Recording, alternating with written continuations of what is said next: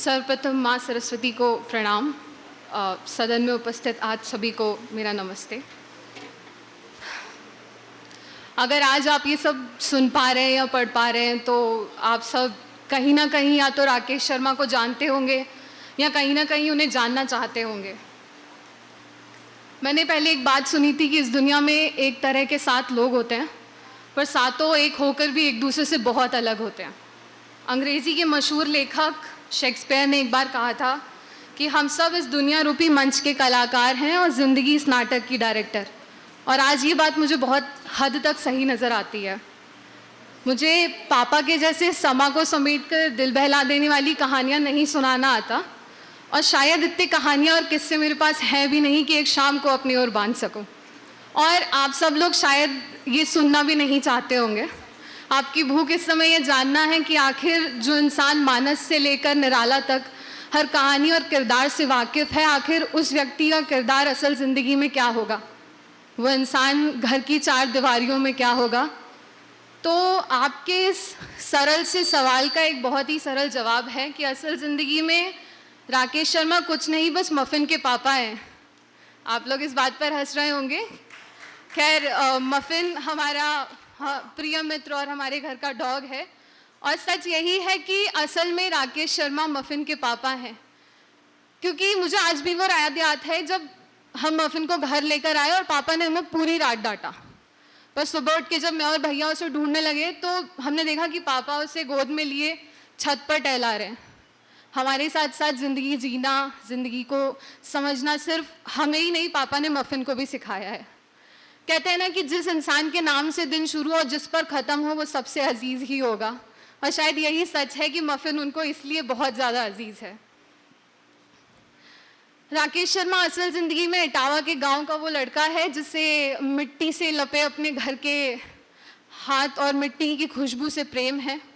राकेश शर्मा असल ज़िंदगी में वो इंसान है जिसे उगते सूरज और भोर में गाती चिड़िया की आवाज़ से मोह है, सुबह को दूध देती गाय, मंदिर में बजती वो दिन की पहली आरती की घंटी और घर के आंगन में बंधे उनके पशुओं से इश्क है।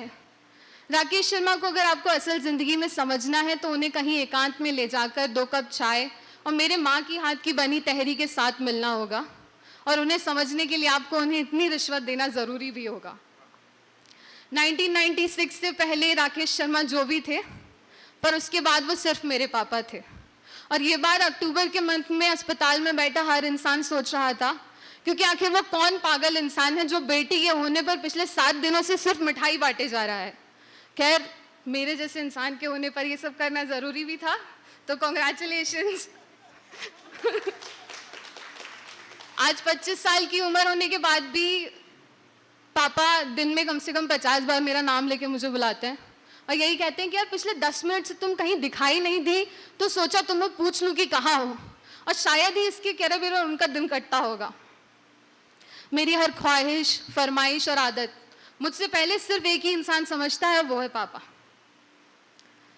आप शायद उस राकेश शर्मा को जानते होंगे जो या तो अपनी प्रिया स्कूटर या सफ़ेद ऑल्टो कार का आदी है, पर शायद मैं उस राकेश शर्मा को जानती हूँ जो या तो पैसे की तंगी के चलते या अपनी बीमारी के चलते या फिर कहूँ कि उनकी पसंदीदा आदत के चलते अपने ऑफिस से मेरे स्कूल, जो कि कम से कम 15 किलोमीटर की दूरी पर था, पैदल चल के आ जाते थे, और वहाँ से लेकर मुझे घर पे लाना और 1 प्लेट समोसा खिलाना उनकी और मेरी सबसे प्रिय यादों में एक है।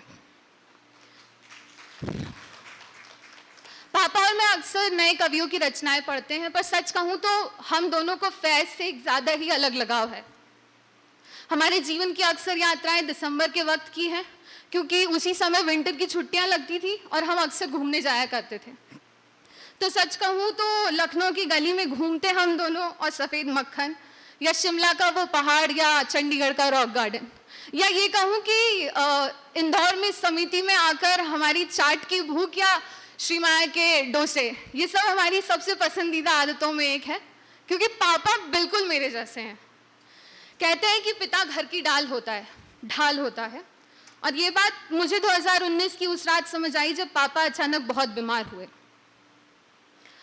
उससे पहले हमें कभी नहीं पता था कि पापा की बैटरी डिस्चार्ज होती है, पर सच कहूँ उस रात हुई, और मैं और दादा पूरी रात सिर्फ यही सोचते रहे कि आखिर घर कैसे संभालना है। क्योंकि एटीएम के पिन के अलावा हमें पापा की ज़िंदगी के बारे में कुछ भी नहीं पता था। मुझे इस वक्त सिर्फ कवि ओम व्यास की एक ही पंक्तियाँ याद आई कि पिता जीवन है, संबल है, शक्ति है, पिता सृष्टि के निर्माण की अभिव्यक्ति है, और पिता है तो बाजार के सब खिलौने अपने हैं, पिता से ही बच्चे के सारे सपने हैं। पापा अक्सर मुझे अपने स्ट्रगल की कहानियाँ सुनाते हैं कि कैसे गांव से स्कूल जाना, 2 पैकेट बिस्किट खा करके ही स्कूल की बेंच पर सो जाना, कैसे उन्होंने अपनी ज़िंदगी को आज तक यहाँ पर लाकर संभव किया है। सच कहूँ तो पापा अपनी हर रचना आज भी सबसे पहले मुझे सुनाते हैं, क्योंकि यही सच है कि हर कविता और हर संपादकीय मुझसे होकर आज तक किताब तक जाती है। पापा और मैं ये बात जानते हैं कि हमारी सामाजिक विचारधाराएं बहुत अलग हैं और हम अक्सर न्यूज़ देखते हुए इसलिए लड़ लेते हैं, पर ये बात भी अपनी जगह सच है कि हम सीएसके और एमआई के मैच में सबसे ज़्यादा लड़ते हैं, क्योंकि पापा को धोनी और मुझे एमआई पसंद है। हम लॉकडाउन के दिन में भी पुराने मैच देखकर दिल बहला लिया करते थे।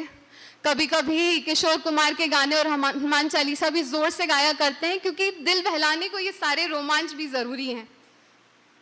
सच कहूँ तो पापा ने मुझे फेसबुक से देखकर कई तरह का खाना बनाना सिखाया है, और आज भी उनसे अच्छे गरम पराठे और मैगी कोई नहीं बना सकता। अब तक के आधे वक्तव्यों में आप सुनेंगे या आपने सुना होगा कि राकेश शर्मा असल ज़िंदगी में क्या है और हर किसी के साथ क्या है, पर मैं कहूँ तो पापा कॉलेज की फीस से लेकर घर में होने वाले या मेरी ज़िंदगी के हर खर्चे का सबसे पहला सोर्स है। ऐसा ही वो कुछ बोलते हैं कि हाँ मैं तो घर बैठा बैंक हूँ, ऐसा ही कुछ बोलते हैं जब मैं उनसे पैसे मांगती हूँ। मुझे आज भी याद है वो किस्सा जब 2013 में मेरी तबीयत बहुत ख़राब हुई और पापा ने मुझे हॉस्पिटल में एडमिट कराया। उससे पहले हमारे घर में थोड़ा ऊपर की ओर एक शेल्फ था जिसमें मंदिर हुआ करता था। मैंने घर आने पर देखा कि आज वो मंदिर ज़मीन पर है। मैंने सवाल पूछा कि ये क्या हुआ, तो जवाब मिला कि उसकी वजह थी मैं, और ये बात मेरे जहन में समा गई, क्योंकि वो पापा ही थे जो भगवान से मेरे लिए लड़ रहे थे। आज 25 साल की उम्र में आने के बाद भी मुझे अपने बालों में तेल लगाना नहीं आता, क्योंकि ये सारे काम पापा हैं और पापा कर लेते हैं। मैं आज भी अपने साथ में तकिया लेके नहीं सोती, और सुबह तकिया का मिलना इस बात का सबूत है कि पापा हैं, पापा सब संभाल लेंगे। सच कहूँ तो मुझे किसी इंसान से, किसी परिस्थिति से आज इसलिए डर नहीं लगता क्योंकि पापा हैं और पापा सब संभाल लेंगे। मुझे अभी भी याद है कि बाईपास के बाद पापा घर आए थे और मेरी तबीयत कुछ बिगड़ गई थी। पूरी रात पापा उठकर या तो मुझे चेक करते या मुझे चादर उड़ाते, जिससे उनकी कोई अपनी परेशानी रही ही नहीं दुनिया में। आखिरी में बस इतना ही कहूँगी कि आप शायद राकेश शर्मा को जानते हैं, समझते हैं। जिंदगी में सब कुछ पढ़ पाना मुमकिन नहीं है, इसलिए पापा किसी मायने में पीछे हो सकते हैं, किसी आलोचक के ओहदे से नीचे हो सकते हैं और किसी संपादक से कम हो सकते हैं, लेकिन पापा कभी भी पापा के ओहदे से कम नहीं हो सकते।